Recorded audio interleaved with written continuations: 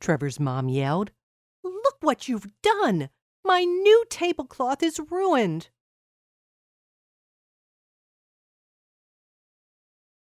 Trevor looked at his grandpa. The old man's hands shook, and he hung his head in shame. A few drops of bright orange soup dribbled out of his mouth and down his chin. "I can't take this anymore," the angry woman told her husband. "He's ruining everything." The next morning at breakfast, Trevor's grandpa was not sitting with the family at the table. "Where's Grandpa?" Trevor asked. Turning his head, he saw him sitting in the corner.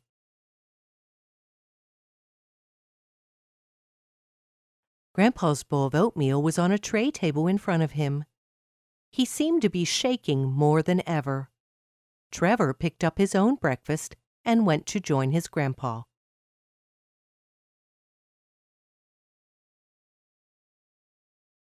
"Get back here, Trevor," his mother said. "Sit at the table and eat your breakfast with the family." "But I want to eat with Grandpa," he said. "Sit down," his mother repeated.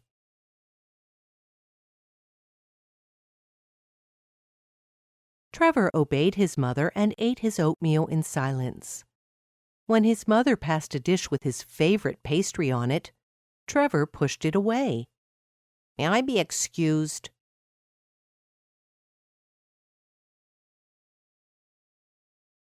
Crash! Everyone turned to look. The tray table was on its side and the bowl was broken. Oatmeal was splattered everywhere.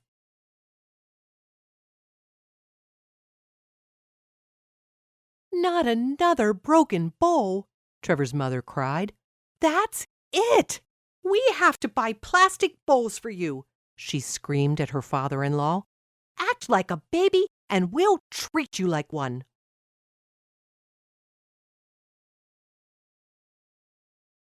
That night, Trevor's father came home from the store with plastic bowls and cups for his father.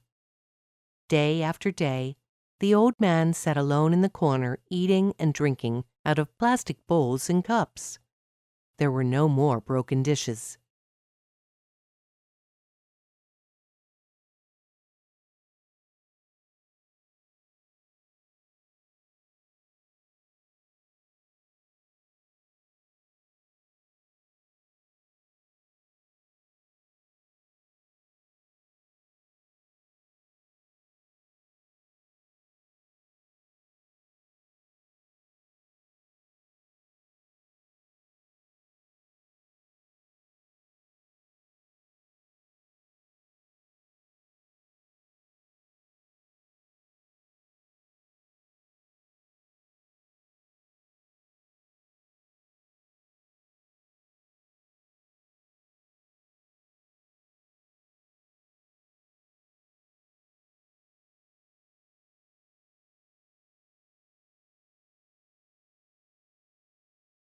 One evening before dinner, Trevor's father saw his little boy sitting on his bed with a small pile of coins. His piggy bank was empty.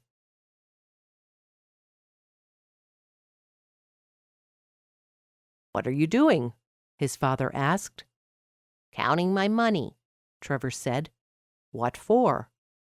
"I need to see if I have enough money to buy some plastic dishes."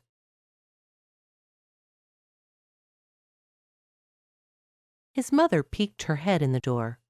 "Whatever for?" she asked. "I need to start buying plastic dishes for you and Daddy, so when you're old, you won't break any of my dishes. I don't want you to ruin my things when I grow up."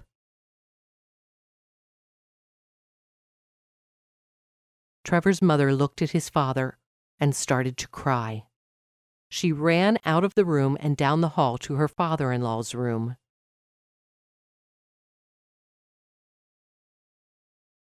She walked over to him and kissed him on the cheek.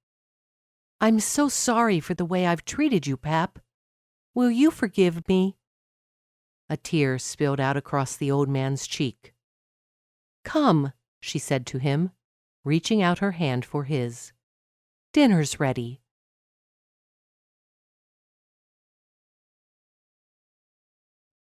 That night, the family ate together at the dining room table and for every meal after that. Everyone ate from the good china, and when Grandpa spilled something on the tablecloth, instead of yelling at him, Trevor's mother simply wiped it up and smiled.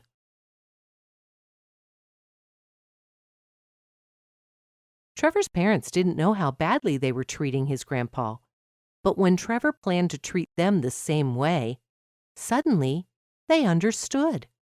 When we treat people the way we want to be treated, everyone is happier.